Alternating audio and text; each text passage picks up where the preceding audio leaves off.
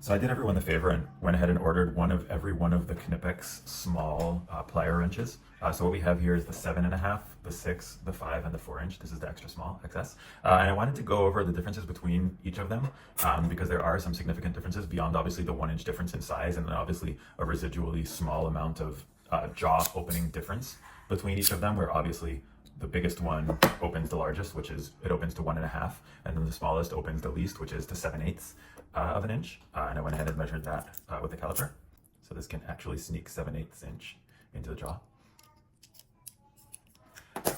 But yeah, so basically I wanted to give an overview of the differences, and then there are a couple of significant differences. So the difference between the two smaller ones and the two larger ones, so between the 4 and the 5 and the 6 and the 7, is in the jaw thickness. So the 4 and the 5 have relatively thinner jaws, and it's significant.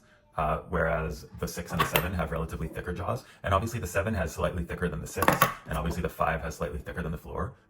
But in general, the two smaller ones, the 5 and the 4, have significantly thinner than the 6 and the 7.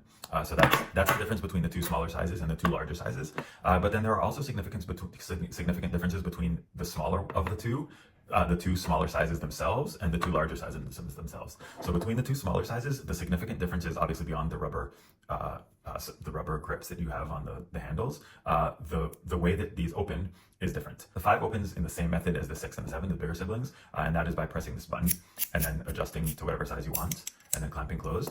Whereas the 4, the extra small, doesn't have a button. And it only has a little zigzag teeth on one side, whereas the other ones have dual-sided zigzags.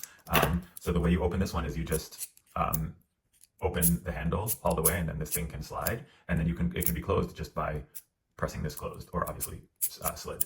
So that's the difference between the 5 and the 4. The differences between the 6 and the 7, there really is slightly less significant beyond obviously that this is a black one and this is the chrome finish. The black one has on it, the 7 has on it these tiny little numbers. So it has on this side, it has metric, and on the other side, it has imperial.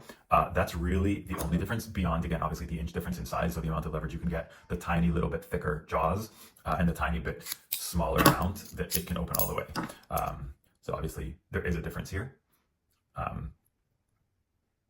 And I'm not going to measure it again. Like, I don't think, like, if this one opens, and they both open an absurd amount. If you're trying to open, I mean, if you're doing pipe work, then maybe this will be big. You will need wrenches that are this big. But anything that has to do with bolts, I mean, if you're trying to open a bolt that's over an inch diameter with this, get a different tool. I mean, you're doing something wrong.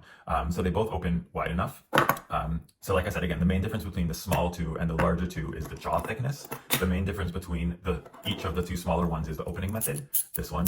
And then the difference between the larger two is just the little laser etched size that you have etched into here.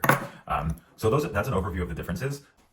And then just as a size comparison, what I have here, this is a Leatherman wingman, which is kind of like the smaller of the Leathermans. So it's not as big as the Wave or the Charge. And even that, it's just about the same size as the extra small, the 4-inch one. And relative to the 5-inch, I mean, it's obviously heavier, but relative to the 5-inch, it's slightly shorter. And then here I have 2 of the Swiss Army knives. So this is the smaller, more standard size, and this is kind of like the extra large one. So this is just about the same size, kind of. It's a 4-inch, kind of, as the extra small one, whereas the smaller Leatherman is kind of even smaller than the extra small.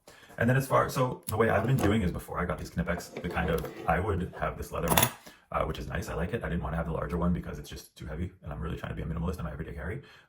But this is relatively massive and heavy. It only has a small blade. So the way I'm going to go proceed with this is actually I'm going to keep the 2 external ones. So for my everyday carry, I'm going to take this one because this is big enough and powerful enough to do any type of everyday carries type of stuff that you need. I mean, it's obviously not going to you're not going to do like car mechanic stuff on this. I mean, even though you could do small things with that. But for me, like, the added value of this being so tiny and for it being so light, and honestly, I kind of prefer this opening method where you can just kind of like open it all its way, put whatever it is you're trying to grip, and then slide it closed, and then crank down on whatever it is that you need to hold. I kind of like that better than this. Not that this is horrible. This is also totally fine. If you need to do that, then you can just do that.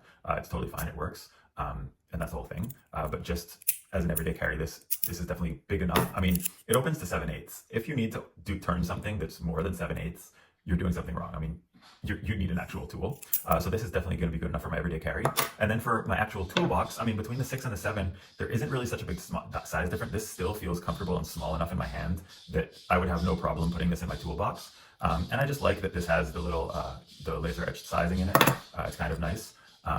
And then anyways, the added value of this being that tiny bit lighter and smaller than this one is really insignificant when it's in your tool belt or in your toolbox. So me personally, I'm going to keep these two, put this in my everyday carry pouch, put this in my toolbox, and move on with my life. And these two I'll obviously return. But yeah, let me know which sizes suit you guys best.